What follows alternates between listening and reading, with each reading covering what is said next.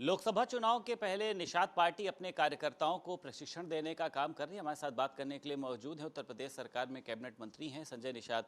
लगातार सर आप लोग कार्यकर्ताओं को प्रशिक्षण देने का काम कर रहे हैं, कार्यकारिणी के लोगों को कैसे दिया जा रहा है सर?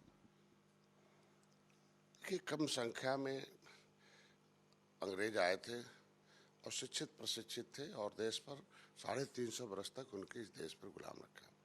कम संख्या में मुगल आए थे, बट ये पॉलिटिकली ट्रेंड थे और पॉलिटिकली ट्रेंड मुगल और अंग्रेज थे। लगभग 1150 वर्ष इस देश पर राज किया और इस देश की धन संपदा लूट कर ले चले।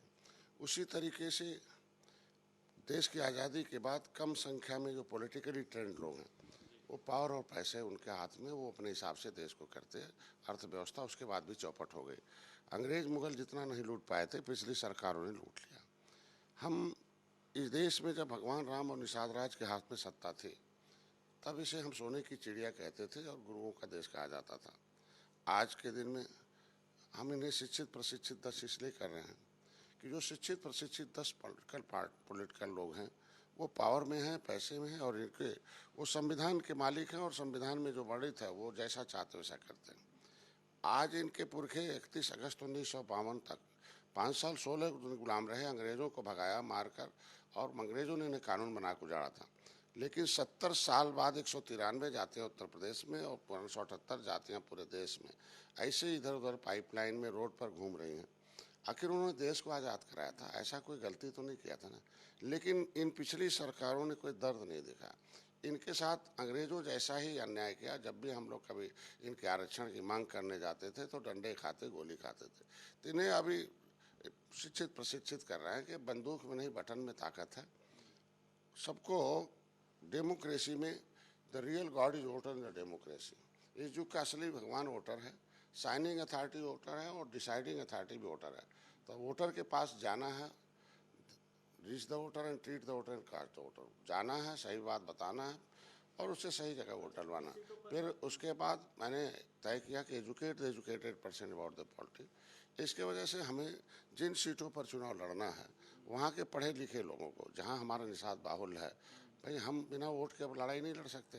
तो वोट हमारा जहाँ बाहुल्य है, पहले हम सहमत होंगे। क्योंकि हमेशा से रहा सदियों से कि आस्तीन के सांप पैदा किए जाते हैं, विभीषण पैदा किए जाते हैं और नमक हराम पैदा किए जाते हैं। तो ऐसे में कैसे सतर्क रहेंगे ये लोग कि विभीषण न पैदा हो संगठन में। वो विभीषण कौन पैदा होता है? जो कम शिक्षित प्रशिक्षित होता है या जान लिया और ट्रेनिंग नहीं किया, नीचे नहीं गया।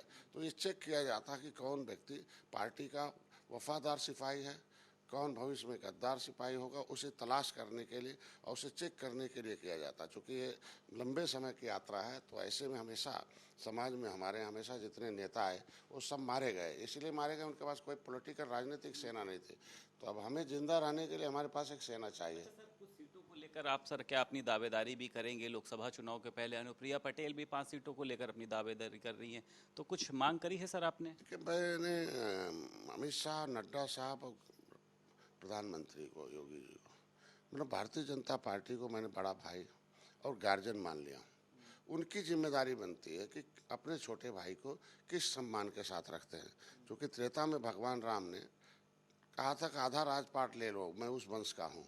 मांगने वाला नहीं, देने वाला हूँ। निषाद राज ने कहा, हे राम, जंगल जाने की जरूरत नहीं, राजपाट लो, यहीं रहो। तो अगर हमारे पास वोट बैंक है, हमारे पास 3.5 लाख 4 लाख वोट 37 सीटों पर है, 18% आबादी उत्तर प्रदेश में है।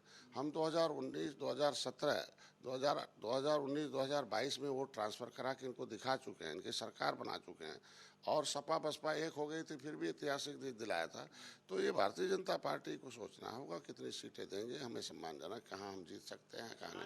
आज विपक्षी दलों का जो डेलीगेशन है वो मणिपुर में जा रहा है, जो वहाँ पर घटना हुई थी, इसको किस तरीके से देखते हैं सर आप?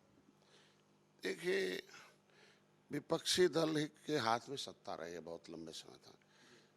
अगर सामाजिक समस्याओं का समाधान विपक्षी दलों ने किया होता तो ये काहे जाति संघर्ष होता, काहे वर्गीय संघर्ष होता।